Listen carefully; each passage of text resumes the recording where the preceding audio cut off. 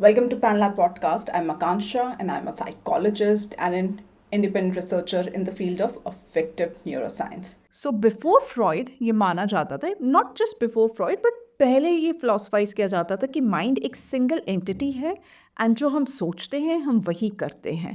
And बाद में काफ़ी सारे एक्सप्लोरेशंस एंड डिस्कवरी से ये हमने समझा कि नहीं नहीं नहीं नहीं, ऐसा कुछ नहीं है। हमारे कुछ ऐसे इंस्टिंक्ट्स हैं, कुछ ऐसी चॉइसेस हैं, कुछ ऐसी प्रेफरेंसेस है एंड इमोशंस है, इम्पल्सेस हैं जिन्हें हम कंट्रोल करने की कोशिश कर सकते हैं, but they live within us. And कई बार in fact most of the time ये देखा जाता है कि इस तरह के impulses and instincts completely take over कर लेते हैं आपकी लाइफ को या आपके उस पर्टिकुलर मोमेंट को जहाँ पे आप कोशिश कर रहे हैं कि मुझे गुस्सा नहीं आना चाहिए, I don't want to get angry, but then you find yourself completely out of control in the anger. So that is your unconscious mind.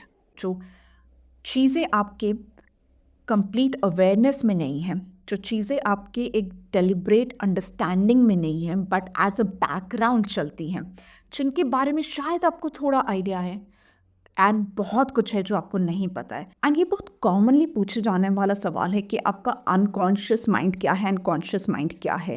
And इसको बहुत ही ईजिली तरीके से एक्सप्लेन किया था डॉक्टर पॉल कॉन्टी ने अपने एक एग्जाम्पल में, जहाँ पे वो अनकॉन्शियस एंड कॉन्शियस माइंड को एक आइसबर्ग से डिफाइन करते हैं। आइसबर्ग, जैसा कि आप जानते हैं आइसबर्ग में क्या होता है जनरली कि जो वाटर के नीचे there is a huge chunk and a major mass of the ice is under the water, and water के ऊपर जो हमें दिखाई देता है, जो हमारे लिए विजिबल है, that is just the tip of the ice. And ये जो टिप ऑफ द आइस है, इसे कंपेयर किया गया है या इसे एज अ मेटाफोर यूज़ किया गया है फॉर कॉन्शियस माइंड। यानी जो चीज़ें आप देख पाते हैं, समझ पाते हैं, जिन चीज़ों को लेकर अवेयर है, अपनी खुद की पर्सनालिटी को लेकर, अपने खुद के फ्लॉज, अपने स्ट्रेंथ्स, अपनी वीकनेसेस, इन सब को लेकर, अपनी लाइफ को लेकर जो चीज़ें आपके अवेयरनेस में हैं, आपकी सेंसिबिलिटी में, that is your conscious mind, that is your conscious self. And वो सारी चीज़ें, वो सारे थॉट्स, इमोशंस, मेमोरीज, कॉम्प्लेक्सेस जिन्हें आप देख नहीं पाते, जिन्हें आप कॉन्शियसली, जिनके बारे में आप अवेयर नहीं है, जो आपके अपेरेंट व्यू पॉइंट में नहीं आती हैं, वो सब कुछ अनकॉन्शियस है। That is your unconscious mind. So आपके माइंड का एक बहुत ही इम्पॉर्टेंट पुराना kind of a super computer is your unconscious mind, and there is a huge amount of it. Because unconscious mind में वो सारे थॉट्स, वो सब इमोशंस, वो इनसिक्योरिटीज़, वो पेन, वो डार्कनेस, वो मेमोरीज, वो हर्टफुल इंसिडेंट्स, वो एक्सपीरियंसेस जो आज भी आपको बहुत तकलीफ देते हैं, अगर आप अपने कॉन्शियस माइंड में उनको लेकर आए तो वो सब कुछ आपके अनकॉन्शियस सेल्फ में, आपके अनकॉन्शियस माइंड में रहता है। Because it's like your unconscious mind is constantly looking at all these million stimulation, वो सारी चीज़ें जो आपकी बॉडी सेंस कर रही है, आपकी मसल सेंस करती है, आपके विजन, आपके जो डिफरेंट सेंस ऑर्गन्स है वो जिसे परसीव कर रहे हैं, हम सब पे ध्यान नहीं दे पाते। फॉर एग्जांपल अगर मैं एक किताब पढ़ती हूँ तो मेरा फोकस उस किताब के वर्ड्स पे होता है जिसे मैं प्रोसेस कर रही हूँ, और ये मैं बहुत कॉन्शियसली कर रही हूँ।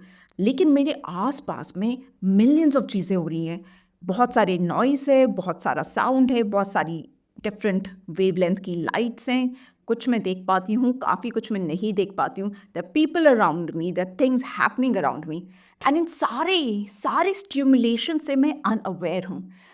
But your unconscious mind keep track of all these stimulations. वो इन सारे स्टिमुलेशंस को परसीव करता है, उस पे अटेंड करता है। मोर इम्पॉर्टेंटली वो आपके अर्जेस, आपके इम्पल्सेस जो कि आपके कंट्रोल में नहीं है, जिसे फ्रॉइड इन साइकोलॉजी में आप कह सकते हैं कि सब personalities like anger, like sexual desire, like hunger, all these urges, all these impulses and instincts, जिनका अपना खुद का एक स्पिरिट है, जिनका अपना खुद का एम होता है। If you are hungry, you are just hungry, nothing else. अगर आपको गुस्सा आ रहा होता है तो कई बार आप ब्लाइंड हो जाते हैं गुस्से से और आप कुछ नहीं, आप खुद एक फॉर्म ऑफ एंगर बन जाते हैं, and it's like there is nothing more to you और योर पर्सनैलिटी। बिकॉज ये वो सब पर्सनैलिटीज़ हैं जो आपके अंदर रहती हैं, जो आपके अनकॉन्शियस का पार्ट है। जब वो सर्फेस पे आती हैं, they take over. And they want something from it, they have an aim, and जब तक वो एम नहीं होता पूरा, दे कीप पुशिंग इट। हम इन इम्पल्सेस को, इंस्टिंक्ट्स को अपनी एक्सपीरियंसेस, अपने लर्निंग के साथ में मैनेज करना, कंट्रोल करना या उनकी एक हैबिट फॉर्म करना सीख जाते हैं। But there so many things जो अभी भी अनकॉन्शियसली होती है। आ जाता है गुस्सा if it has become your habit. So all your habits, वो सारी चीज़ें जो एक बार आपने कॉन्शियसली की थी, जैसे आपने कॉन्शियसली कुछ सीखा, पियानो प्ले करना सीखा, कोई इंस्ट्रूमेंट प्ले करना सीखा, एक्टिंग करनी सीखी, कोई किताब पढ़ना सीखा, ये सारी चीज़ें हम कॉन्शियसली करते हैं। But over the time period ये आपकी प्रोसेसुरल मेमोरी का पार्ट हो जाते हैं, so everything become unconscious. Now you don't have to put in conscious effort to do these things, they automatically happen. Like काफ़ी लोगों को आदत पड़ जाती है कि वो कई बार बात करते वक्त अपने हाथों का बहुत इस्तेमाल करेंगे, या कुछ लोग इस तरह के साउंड्स बहुत यूज़ करते हैं when they are talking. So this become a habit for them and now it's running unconsciously for them. So जो चीज़ें आप अपने अवेयरनेस में, या जिनको लेके आप एक काइंड ऑफ केयरफुल हो पाते हैं, सचेत हो पाते हैं, या आपको समझ में क्लियरली नज़र आती हैं, जैसे जहाँ जहाँ लाइट जा रही है वो सब कुछ कॉन्शियस है, because that's a part of your conscious mind. And उस लाइट के beyond there is an entire forest, there is an entire jungle out there जो उस लाइट से कवर नहीं होता। वो सब कुछ आपका अनकॉन्शियस माइंड है। आपका अनकॉन्शियस माइंड सब कुछ देखता है, सब कुछ नोटिस करता है, सारी चीज़ें संभाल के रखता है। And every now and then we can access these things, लेकिन ये इमिजिएटली एक्सेसिबल नहीं होती है। जैसे काफ़ी सारी चीज़ें हैं जो आपके पास्ट में हुई होंगी, जो आपको ये लगता है कि हाँ मुझे अपना पास्ट याद है, but do you know all the details, specific details? No, not necessarily. And more importantly, कई बार हम बहुत ज़्यादा फोकस करते हैं कुछ पर्टिकुलर स्पेसिफिक चीज़ याद करने के लिए, लेकिन वो हमारी मेमोरी में आ ही नहीं पाती। So all of this is your unconscious mind, और आपका अनकॉन्शियस माइंड आपके कॉन्शियस माइंड को रेगुलरली फीड करता रहता है। It feeds in dreams. इसलिए कई बार आप अपने सपनों में देखेंगे कि आप अपनी खुद के ड्रीम में एक ऑब्जर्वर है। You are looking into your own dream, you can see yourself doing and playing some part. It's like a drama created out of all the things जो आपका अनकॉन्शियस माइंड नोटिस करता है throughout the time. And also you, जैसे आप behave करते हैं, जैसे आप इमोट कर रहे हैं, जैसे आप अपने थॉट्स को रख रहे हैं, ये सारी चीज़ें आपकी अनकॉन्शियस माइंड देख रहा है, नोटिस कर रहा है, and it creates a drama out of it and it feeds you in your dream.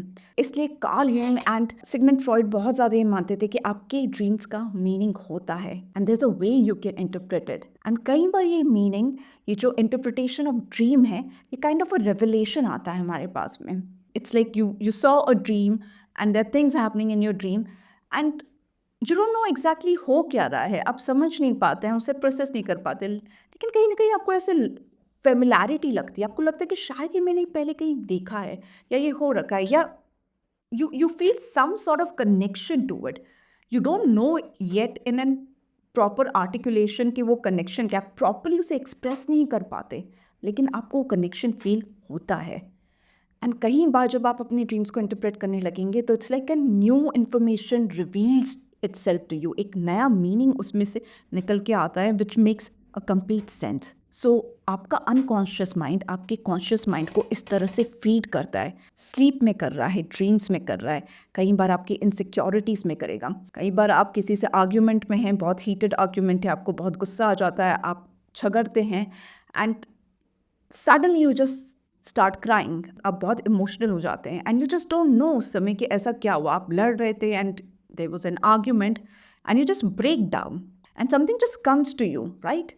Something just comes to your surface, the next person ask you like what is it, क्या हुआ, क्या चल रहा है? I don't think so कि जिस बारे में हम झगड़ रहे हैं, आर्ग्यूमेंट करने, वो एक्चुअल प्रॉब्लम है, there is something else. Can you just go on and you ask yourself this, आप खुद से ये सवाल पूछते हैं, एंड तब एक इस तरह, इट्स नॉट कि आपने वो जवाब ढूंढा, इट्स लाइक वो जवाब खुद अपने आप को प्रेजेंट करता है आपके सामने कि शायद बहुत टाइम से आप बहुत ज़्यादा लो फील कर रहे थे, लोनली फील कर रहे थे, क्योंकि कुछ हुआ जिससे आपको बुरा लगा, जिससे यू गॉट अपसेट, एंड कहीं ना कहीं जो एक आपकी वनरेबिलिटी थी, इनसिक्योरिटी थी, वो ट्रिगर हो गई।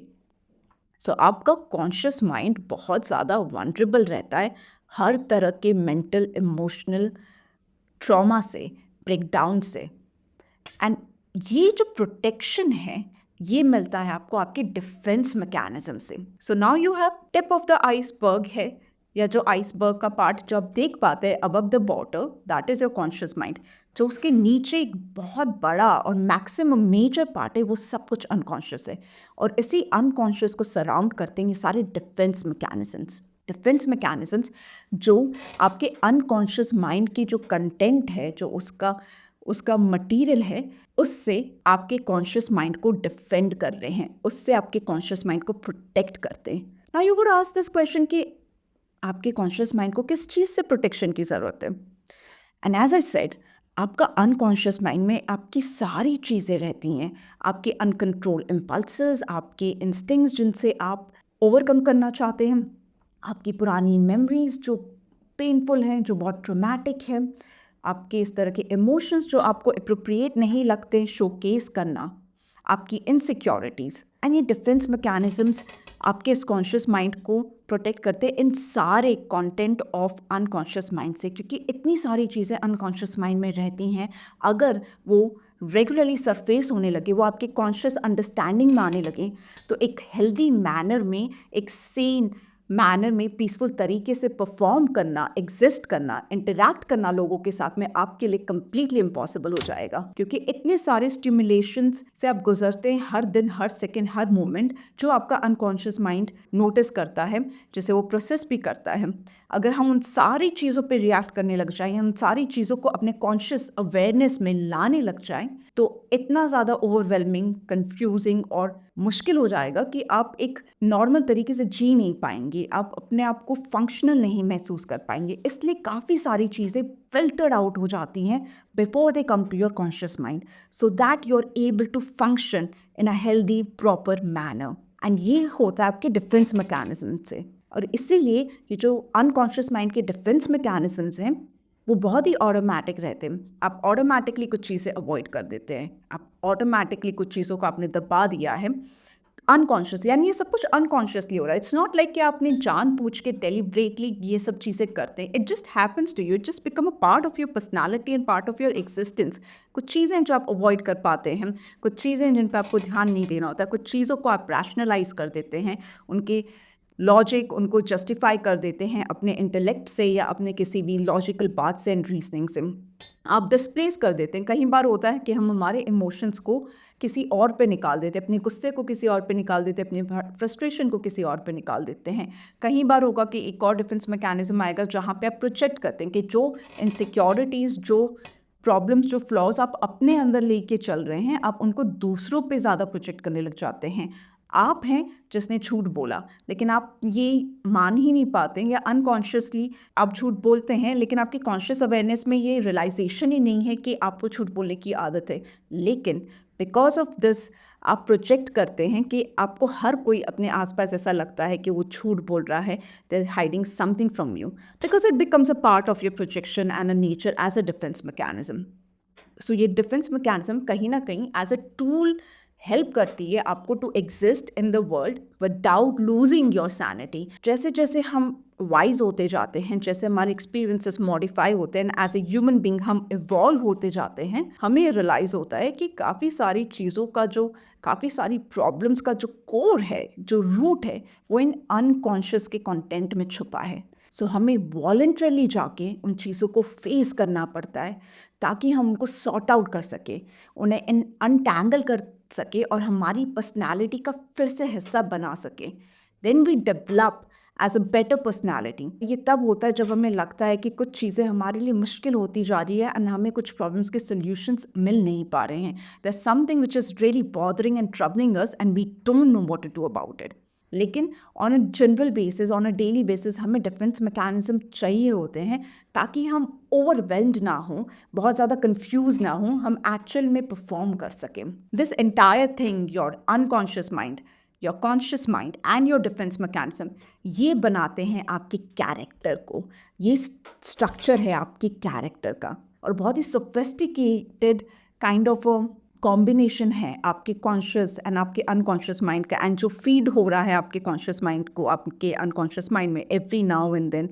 ये एक काइंड ऑफ अ प्ले है, it's like a dance, it's a very beautiful dance जो आपको आपकी पूरी पर्सनालिटी एंड मोर इम्पॉर्टेंट कि आपके कैरेक्टर को शेप करता है। इट डिफाइंस कि आप कितने ज़्यादा ओपन हैं चीज़ों को लेके या आप थोड़ा रिजर्व फील करते हैं, कितना ट्रस्टवर्दी हैं आप या आप ज़्यादा डाउटफुल हैं चीज़ों को लेकर, कितना कॉन्फिडेंट आप फील कर पाते हैं, कितना सोशल एंड फ्रेंडली आप बिहेव कर पाते हैं, या आप ज़्यादा केयरफुल रहना पसंद करते हैं, या आपका कॉन्फिडेंस थोड़ा सा लो रहता है as you would have desired. So, this is all interplay of your unconscious and conscious mind along with these defense mechanisms. So, ये है आपका in general way में बात करें तो unconscious, conscious and defence mechanism. फिर ये जो कैरेक्टर आपका निकल के आता है, इससे आप कॉन्स्टेंटली जैसे एक स्कल्पचर हमेशा अपनी मूर्ति को क्या करता है, उसको और शेप देता रहता है, आपको भी इन चीज़ों को शेप देना पड़ता है अपने आप को मजबूत बनाने के लिए, अपने आप को और बेहतर और आर्टिस्टिक और स्किलफुल बनाने के लिए। और उसके लिए आपको वो स्ट्रगल, वो जो टॉलरेंस है वो दिखाना पड़ता है, क्योंकि अपने अनकॉन्शियस में जाके अपने फियर्स को, अपनी डार्कनेस को, अपने ट्रॉमा को, वो सारी चीज़ें जो आपको बेहद दर्द, तकलीफ़, कन्फ्यूजन दे सकती हैं, उन्हें फेस करना, उनका सामना करना या उनसे उभरने की कोशिश करना बहुत मुश्किल टास्क है। It's not a easy thing to do, लेकिन आप ये करेज दिखाते हैं ताकि आप एक वेल डिफाइंड पर्सनालिटी बन पाए, आप एक वेल स्ट्रक्चर्ड कैरेक्टर बिल्ड कर पाए। थैंक यू सो मच कि आपने पैन लैब पॉडकास्ट को सुना। अगर ये जानकारी आपको यूज़फुल लगी है तो प्लीज़ इसे सब्सक्राइब कीजिए और उन लोगों के साथ शेयर ज़रूर कीजिए जिससे इनको फ़ायदा होगा। हम आगे भी ऐसा यूज़फुल कंटेंट बनाते रहेंगे, या ये जो भी साइंस और साइकोलॉजी की एक्चुअल जानकारियाँ हैं, रिसर्च वाली सही मायने में, उसे आप तक लाते रहेंगे।